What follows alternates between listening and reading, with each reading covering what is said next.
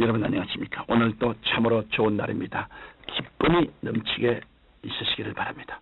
저는 오늘 여러분과 함께 하나님을 향한 시선이란 제목으로 은혜를 나누고자 합니다. 본문 말씀은 창세기 3장 1절로 11절입니다.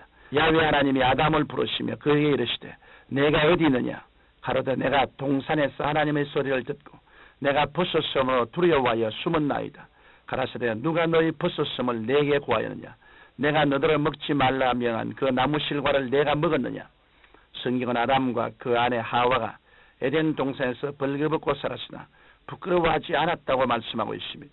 왜냐하면 하나님의 영광이 그들을 둘러싸고 있었기 때문에 수치를 전혀 느끼지 않았던 것입니다. 그런데 그들이 마귀의 꾀에 빠져 선악과를 따먹고 탐욕의 노예가 되자 즉시 자신들이 벌거벗은 것을 인식하게 되었으며 수치를 느끼게 되었습니다. 그때부터 인간은 자신만 바라보는 자기 이익의 포로가 되었습니다. 하나님의 영광보다는 자기 이해에 집착함으로써 수치와 곤욕과 수고와 두려움의 노예가 되어버린 것입니다. 그러면 무엇이 인간을 이토록 하나님과 멀어지게 만들었을까요? 그것은 인간이 가진 탐욕으로 말미암아 비롯된 것입니다. 야고보서 1장 15절에 보면 욕심이 잉태한 즉 죄를 낳고 죄가 장성한 즉 사망을 낳느니라고 말씀하고 있습니다. 탐욕은 우리를 수치와 파멸로 이끕니다. 탐욕은 하나님을 배반하게 만들며 하나님과 원수가 되게 만듭니다. 하나님께 버림받은 사울 왕을 보면 잘 알 수 있습니다.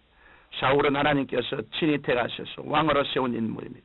그런데 그의 마음속에 탐욕이 들어오자 아말렉에 속한 모든 것을 진멸하라고 하신 하나님의 명령에 불순종하여 아말렉 왕 아각을 살려 포로로 데려왔습니다. 뿐만 아니라 살찐 소와 양과 염소를 죽이지 않고 끌고 왔습니다. 성경 사무엘상 15장 22절로 23절에 보면 사무엘이 가로되 야훼께서 번제와 다른 제사를 그 목소리 순종하는 것을 좋아하심같이 좋아하시겠나이까? 순종이 제사보다 낫고 듣는 것이 수양의 기름보다 나으니 이는 그에 가는 것은 사수로의 죄와 같고 완고한 것은 사신 우상에게 절하는 죄와 같음이라. 왕이 야훼의 말씀을 버렸으므로 야훼께서도 왕을 버려 왕이 되지 못하게 하셨나이다라고 기록되어 있습니다. 결국 사울은 탐욕으로 말미암아 왕의 지위를 잃었을 뿐 아니라 적군의 손에 죽음을 맞는 비참한 존재가 되었던 것입니다. 이와 같이 탐욕은 마귀가 가져다주는 것이기 때문에 우리를 파멸로 이끕니다. 인간이 이러한 탐욕적 속성을 가지게 된 근본 원인은 인류의 조상 아담과 하와가 하나님의 명령에 불순종하였기 때문입니다. 그들은 마귀의 꾀임에 빠져 하나님을 바라보던 눈을 돌이켜 자신들을 바라봄으로써 그 마음에 인본주의와 이기주의가 가득 들어차게 되었습니다. 그리고 자신들의 벌거벗음을 알게 된 그들은 무화과 나무 잎으로 옷을 만들어 수치를 가리려고 했습니다. 그러나 나무 잎으로 만든 옷이 곧 말라버려 수치를 가릴 수 없게 되자 하나님이 두려워서 숨었던 것입니다. 이와 같이 탐욕의 결과는 불안과 공포와 수치와 고통입니다. 그러므로 우리 그리스도인들이 가장 경계해야 할 것은 자기 중심적으로 되어 자신을 바라보지 않도록 해야 한다는 것입니다. 자기 중심에서 하나님보다 자기 자신을 먼저 바라보며 자기에게 손해냐 유익이냐를 앞세워 하나님을 이용하려고 하는 것은 우리를 벌거벗게 하고 수치스럽게 만들어버리고 마는 것입니다. 그러므로 우리는 탐욕 대신에 예수님의 마음을 품어야 합니다. 예수님은 일생 동안 한 번도 자기를 바라보지 않으셨습니다. 한평생 오직 하나님만 바라보며 사셨습니다. 예수님께서 요단강에서 세례를 받으신 후 성령께 이끌려 광야에 나가 마귀의 시험을 받으실 때였습니다. 마귀는 어찌하든지 예수님을 하여금 하나님을 바라보지 않고 예수님 자신을 바라보게 하려고 전력을 다했습니다. 바로 옛날 아담과 하와를 깨었던 경험으로 예수님을 시험했던 것입니다. 마귀는 40주 40야를 금식하셔서 매우 시장하신 예수님을 향해 내가 만일 하나님의 아들이었던 명하여 이 돌들이 떡덩이가 되게 하라고 유혹했습니다. 그러나 예수님께서는 사람이 떡으로만 살 것이 아니요 하나님의 입으로 나오는 모든 말씀으로 살 것이라는 말씀으로 단번에 물리쳤습니다. 그러자 마귀는 안목의 정력으로 시험했습니다. 예수님을 예루살렘 성으로 데려다가 성전 꼭대기에 세우고 말하기를 내가 만일 하나님의 아들이었던 뛰어내리라 기록하였으되 저가 너를 위하여 그 사자들을 명하시리니 저희가 손으로 너를 받들어 발이 돌에 부딪히지 않게 하리로다라고 하였습니다. 예수님께서는 주 너희 하나님을 시험치 말라고 하시면서 그 유혹을 또 물리쳤습니다. 다시 마귀는 예수님을 지극히 높은 산으로 데리고 가서 천하 만국의 영광을 보여주며 만일 내게 엎드려 경배하면 이 모든 것을 내게 주리라고 유혹했습니다. 즉 이생의 자랑으로 유혹했습니다. 예, 예수님께서는 사탄아 물러가라. 기록되었으되 주 너희 하나님께 경배하고 다만 그를 섬기라 하였느니라고 하셨습니다. 마귀가 아무리 육신의 정욕과 안목의 정욕과 이 세상의 자랑으로 유혹하려 해도 예수님은 온전히 하나님만을 바라보셨습니다. 조금도 다른 곳으로 눈을 돌리지 않으셨습니다. 이것이 예수님의 위대한 점입니다.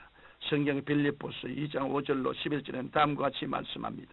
너희 안에 이 마음을 품으라. 곧 그리스도 예수의 마음이 그는 근본 하나님의 본체시나 하나님과 동등됨을 취할 것으로 여기지 아니하시고 오히려 자기를 비어 종의 형체를 가져 사람들과 같이 되었고 사람의 모양으로 나타나셨으며 자기를 낮추시고 죽기까지 복종하셨으니 곧 십자가에 죽으심이라. 이러므로 하나님이 그를 지극히 높여 모든 이름 위에 뛰어난 이름을 주사 하늘에 있는 자들과 땅에 있는 자들과 땅 아래에 있는 자들로 모든 무릎을 예수의 이름에 꿇게 하시고 모든 입으로 예수 그리스도를 주라 시인하여 하나님 아버지께 영광을 돌리게 하시느니라. 우리는 이 예수님을 믿음으로 신분이 완전히 달라지게 되었습니다. 누구든지 예수 그리스도를 믿기만 하면 탐욕의 주체인 옛사람은 완전히 죽고 새 사람이 되는 것입니다. 성경은 고린도후서 5장 17절에 그런즉 누구든지 그리스도 안에 있으면 새로운 피조물이야. 이전 것은 지나갔으니 보라 새 것이 되었도다라고 말씀하고 있습니다. 이러므로 우리가 예수님만 바라보면 예수님도 우리를 바라보십니다.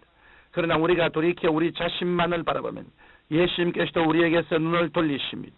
따라서 우리는 하나님보다 우리 자신의 이익을 먼저 생각하면 안 됩니다. 아무리 바빠도 주일은 반드시 성전에 나와 하나님께 신령과 진정으로 예배드려야 합니다. 그리고 아무리 돈이 필요해도 11조는 덕질하지 말아야 합니다. 우리가 하나님 중심으로 바로 서서 하나님의 나라와 의를 먼저 구하면 하나님께서는 우리의 삶의 모든 것을 책임지시고 돌보아 주시는 것입니다. 하나님께서 우리에게 필요한 모든 것을 부족함이 없이 더하여 주는 것입니다. 이 얼마나 축복받은 인생이 아닙니까? 사랑하는 성도 여러분, 탐욕은 하나님께서 주시는 축복은 물론이요 하나님까지 다 잃게 만듭니다. 그러므로 우리는 우리의 옛 성품에서 끊임없이 올라오는 탐욕을 예수 그리스도의 보혈로 매일같이 씻음 받아야 합니다. 그리고 오직 하나님만 바라보고 하나님의 뜻을 따라서 살아갈 때 하나님께서는 우리를 붙드시고 넘치도록 복을 부어주실 것입니다. 사랑이 많으신 우리 아버지 하나님이시여, 우리를 도와주셔서 우리를 바라보는 눈을 돌이켜 하나님을 바라보고 우리 중심으로 생각하는 것을 하나님 중심으로만 생각하게 하여 주옵소서. 예수님 이름으로 기도드립니다. 아멘.